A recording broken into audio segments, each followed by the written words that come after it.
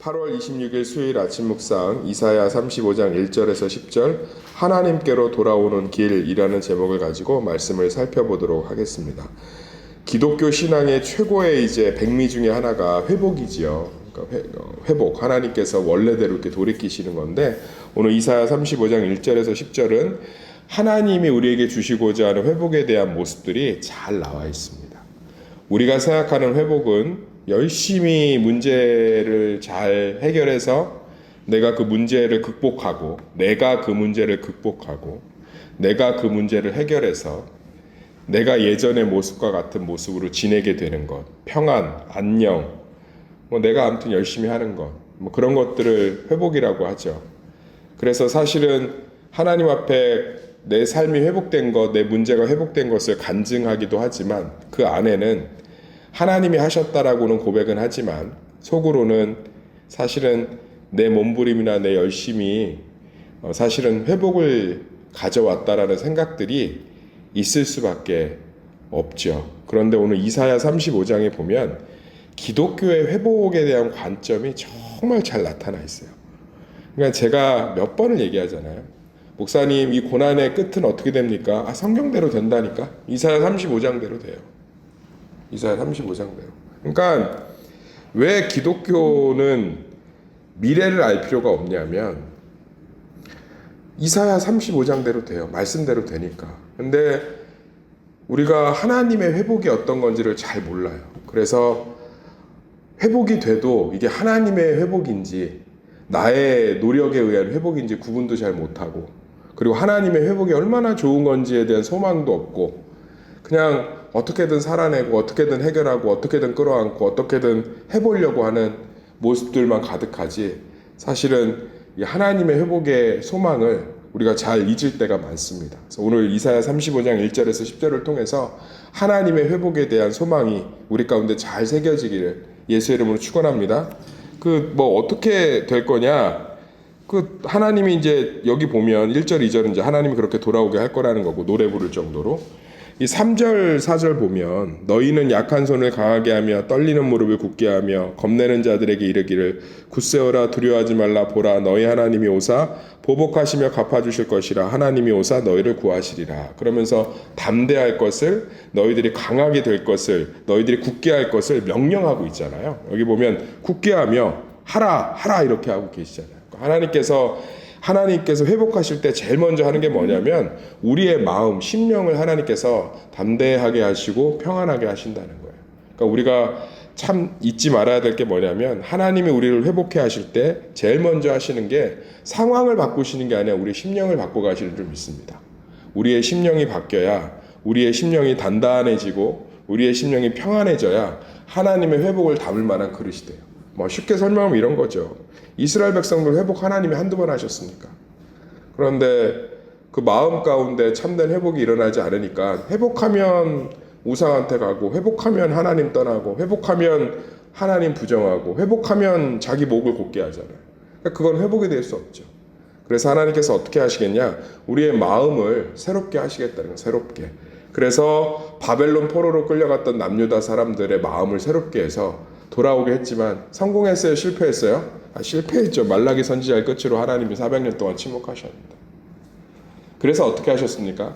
예수 그리스도가 이 땅에 오심으로 말미암아 하나님과 우리 사이가 완전히 해결되므로 성령이 우리 마음 가운데 들어와 계신 줄 믿습니다. 다시 한번 말씀드릴게요. 기독교는 행위를 고치는 종교가 아니에요. 인내해라, 인자해라, 자비해라, 버려라, 참아라. 기독교는 철저하게 성령이 우리 안에 들어와 계세요. 아멘. 그걸 내주하심이라고 하죠. 그 성령께서 우리의 심령을 다루어가고 계세요. 그러니까 심령을 바꾸어가고 계신 하나님을 바라보지 못하고 환경을 바꾸어가고 문제를 바꾸어가고 이것들을 바꾸어가는 것들을 바라보면 하나님 하나도 안 보입니다. 제가 목회를 하면서 깨달은 게 뭔지 아세요? 하나님은 제 목회를 힘들게 하는 사람을 절대로 교회 안 떠나게 해요. 그 사람이 이해되고 그 사람이 소화되고 그 사람이 사랑스러워지게끔 제 심령을 넓혀 가십니다. 그러면 하나님의 일하심이 보여요. 그러니까 우리는 자꾸 간증을 하면 어디에다 포커스를 맞추냐면 환경이 바뀌고 문제가 해결되는 외적인 것들이 변한 것에 하나님의 역사에 초점을 두는데, 성경의 전체는 외적인 걸 바꾸실 때도 다 심령의 중심을 두시고 바꿔가세요. 하나님이 이삭을 왜 언제 주겠다는 얘기를 안 하시잖아. 그리고 100년이라는 시간 뒤에 주신 이유가 뭐예요? 아브라함의 심령을 바꿔가신 거예요. 네 인생의 소망이 아들에게 있는 것이 아니라 나에게 있다. 그걸 이삭을 바치라는 사건을 통해서 완벽하게 드러나지 않습니까? 하나님이 이스라엘 백성들을 애굽에 오랫동안 두신 이유가 뭐예요? 그들의 심령을 바꾸시기 위해서. 즉각적으로 출애굽시키셔도 되는데. 그러니까 사랑하는 성도님들, 우리가 항상 기억해야 될 건 뭐냐면, 너는 약한 손을 강하게 하며 떨리는 무릎을 굳게 하고 겁내는 자들에게 이르길 굳세어라 두려워하지 말라. 다 마음이죠. 하나님이 철저하게 우리 심령을 바꿔가신다. 우리 심령을 바꾸지 않으면 아무 의미가 없다니까요. 내 자녀는 왜 안 변할까? 내 심령을 바꾸셔야 돼. 바꿔가고 계세요. 우리 남편은 안 변할까? 내 심령을 바꿔가고 계신다. 그래, 내가 변해야지. 또 이거 행동 떠올리고 있다고, 행동. 또 행동. 그러니까 내가 변해야지. 내가 잘해야지. 내가 또 사랑해야지. 내가 참아야지. 아니라니까요. 하나님이 하시는 건 철저하게 내 마음밭들을 바꿔가고 계신 거예요. 아멘. 내 마음밭을 완전히 새롭게 하시는 거예요. 새롭게. 누가 그래요? 어떻게 이렇게 사람에 대한 이해가 넓어요? 나도 상담을 전공하면 그러려나? 상담 전공한다고 마음이 넓어진다고요?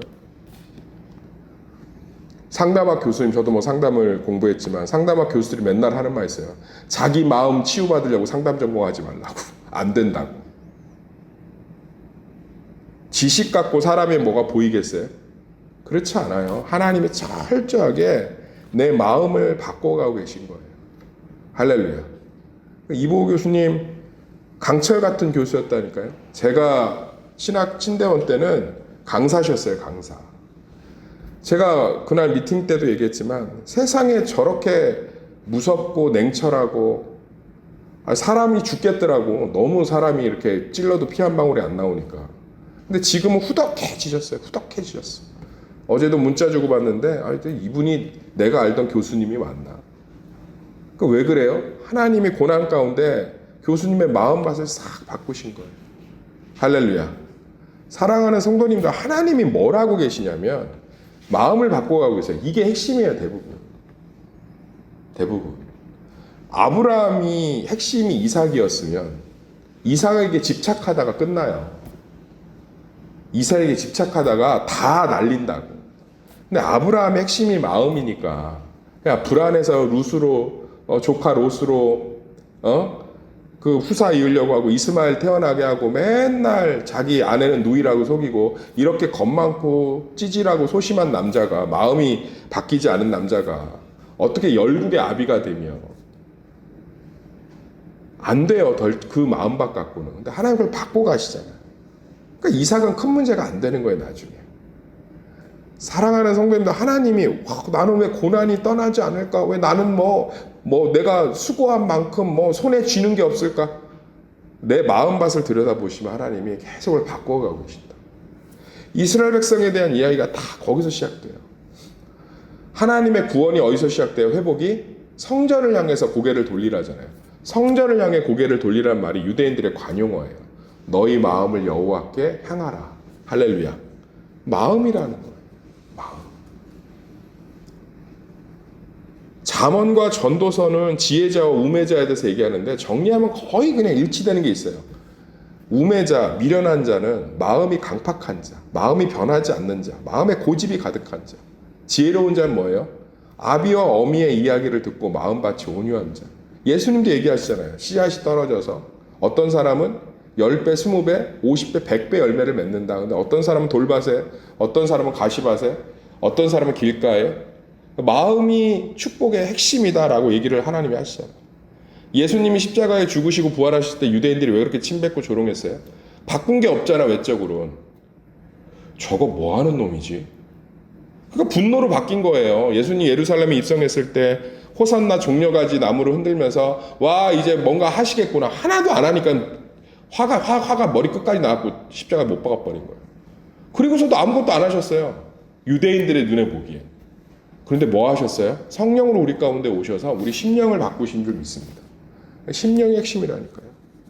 제가 이 기독교가 참 안타까운 게 우리의 마음을 바꿔가고 있는 건데 행동의 수정이라든지 환경이 바뀐 것들 간증을 들어보면 제가 참 안타까운 게 뭐냐면 하나님이 그렇게 해서 이걸 바꾸셨어. 그거 핵심이 아니라니까요.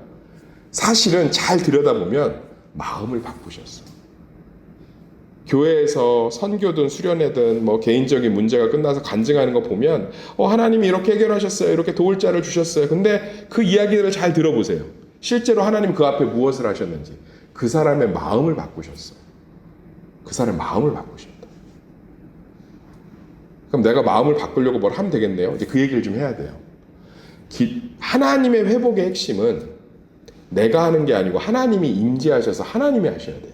그게 이제 시작돼요. 5절 6절 시작.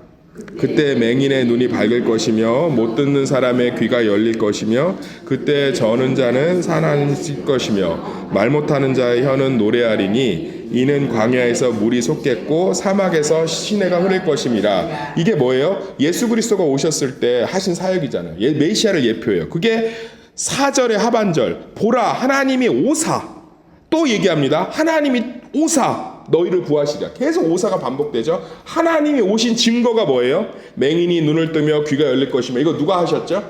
예수님이 하셨잖아요. 그래서 유대인들이 뭐라고 그래요? 저가 메시아가 맞다 논쟁 붙을 때 뭐라고 해요? 메시아가 맞다고 하는 사람들이 이사야에서 얘기하지 않냐. 눈 먼 자가 눈을 뜨며 귀 먹은 자가 귀를 뜨며 저 사람 메시아 맞다. 기독교의 회복은 철저하게 하나님의 주도적인 사역이에요. 아멘. 이걸 잘 받아들이셔야 돼요. 그러니까 그럼 이제 내가 내 마음밭을 바꾸기 위해서 뭐 하면 돼요? 벽면수도 하시면 돼요. 기도원 들어가서 예수 그리스도 벽면수도 하세요. 그럼 마음 바뀔 거예요. 기도원 내려와서 대판 싸우잖아. 기독교의 핵심은 철저하게 하나님의 주도적인 사역이에요. 그래서 내가 속상한 일이 있고 내 삶에 힘든 일이 있고 내 환경이 힘들면 그 삶을 살아내시는 게 믿음이에요. 아멘. 하나님이 두시는 거예요. 이게 참 쉽지 않아요. 그런데 기독교의 회복은 전적으로 하나님이 임재하심으로 시작되는 줄 믿습니다. 그래서 그것이 우리에게 참된 소망이 돼요. 다시 정리해 드릴게요. 문제가 있으면 참 힘들어요. 기도도 안 되고 교회도 다니기 싫어요. 그러니까 어쩔 수 없다고. 하나님의 시간이에요. 따라합시다. 하나님의 시간. 그걸 어떤 사람은 광야의 시간이라고도 하고 성숙의 시간이라고도 하고 하나님이 나를 변화시키는 성화의 시간이라고도 하는데 그냥 하나님의 시간이 선포된 거예요. 목사님, 저 요즘 기도도 안 나오고요. 이 문제 때문에 너무 밤에 잠이 안 와요. 뭘 해야 될까요? 그러고서 막 몸부림을 쳐요. 다시 한번 말씀드릴게요. 하나님의 시간이 허락되면 그 하나님의 시간을 살아내셔야 돼요.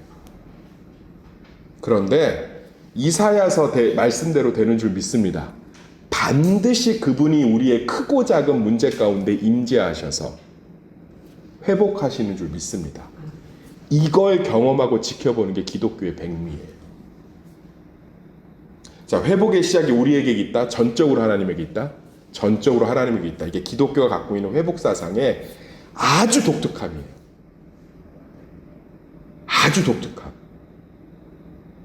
어떤 가정에 문제가 있습니다. 살아내셔야 돼요. 남편이 알코올 중독으로 소망이 없습니다. 살아내는 거예요. 그렇게 파출부하고 밤에는 새벽에는 녹즙 배달하면서 자식들 부여잡고 끝까지 키우는 거예요. 끝까지 키워내는 거예요. 살아내는 거예요. 그게 하나님의 시간이니까. 아멘.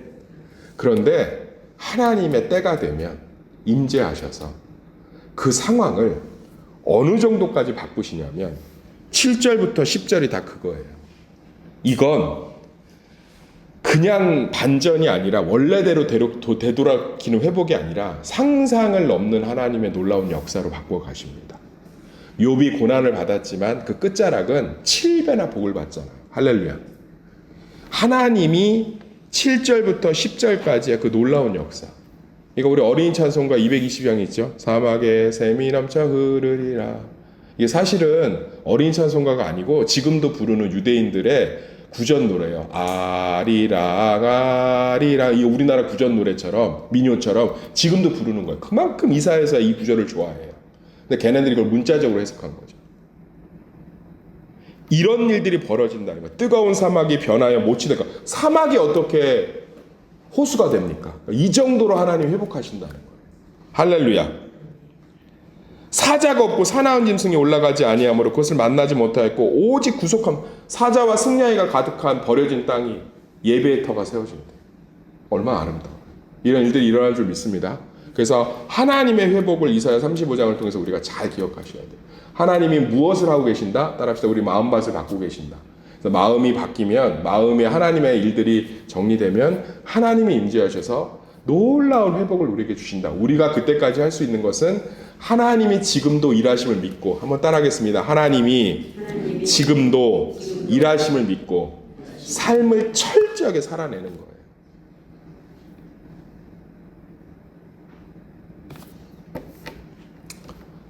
성지순례를 가면 사도 바울이 갇힌 지하 감옥을 가게 됩니다. 그러면 성지순례를 간 사람들이 다 놀래요.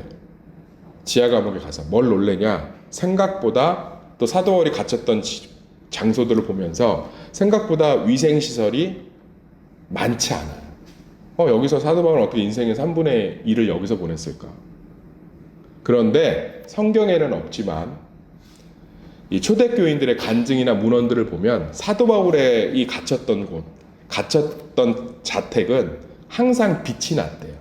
영적으로 빛이 난 게 아니라 그가 하도 청결해서 그걸 보고 많은 간수들이 그를 존경했다고 합니다. 내일이면 죽을 거예요. 아니 그냥 소망이 없어요. 풀려날 기미도 안 보여. 그런데 사도 바울은 그 안에서 뭐 한 거예요? 청소한 거예요. 거의 불가능해요. 삶을 놔버린 사람 집에 한번 가보세요. 엉망진창 진길창이지. 인간관계 하는 거 보세요. 고난 가운데 있는 사람들 막 들이받아요. 왜? 소망이 없으니까. 근데 사도 바울은 그렇게 청결했대요. 그래서 간수들이 그를 존경했대요. 너는 어떻게 해? 죽을 날이 앞에 있는데 이렇게 매일 쓸고 닦고. 사도 바울이 쓴 편지들을 보세요. 내일 죽을 건데도 그가 마치 승리한 자처럼 편지를 쓰잖아요. 꼼꼼하게. 읽을 책을 가져오라. 덮을 옷을 가져오라. 삶을 철저히 살아내고 있는 거예요. 왜요? 하나님의 시간이고 하나님의 때에 회복할 것이기 때문에. 아멘. 사도 바울은 지금 승리의 면류관으로 아마 모든 인류 중에 가장 큰 복을 받고 있을걸요. 사랑하는 성도님들, 기독교의 신앙은 여기서 빛나는 거예요. 여기서. 제가 흥남철수했던 그때 그 배에 타고 있었던 어린 아이, 우리 전해교회 권사님, 저희 교구장이셨던 그분 간증 잊을 수가 없어요. 배가 여기서도 안 내려주고 저기서도 안 내려주고 역사적으로 사시더라고. 나중에 다큐멘터리 보니까 안 받아주는 거야. 그 사람들 내리면 그거 안 되니까. 거제도에서 결국 내려줬는데 저한테 그래요. 목사님, 기독교인들은 배에서 내리자마자 다 어디론가 뛰어 들어간대요. 진문이라도 두드리면서 감자라도 달라고 그러고 하루만 묵혀달라고 그러고. 왜? 그들에겐 소망이 있는 거예요. 할렐루야. 근데 예수를 안 믿는 흥남철수한 사람들은 배에서 내려서 주저앉아서 이거 뭐 어떡하냐. 살아는 왔지만 여기서 어떻게 사냐. 그러면서 자기가 어떻게 살았는지 얘기해 주시더라고요. 그래서 문을 두드렸대, 아버지가. 그랬더니 한 칸빵을 내어주고서는 그 거제도 주민이 배고픈데 먹으라고 뭐 감자하고 주더래요. 그거 먹고 그 집에서 뭐 1년인가 2년을 살았대.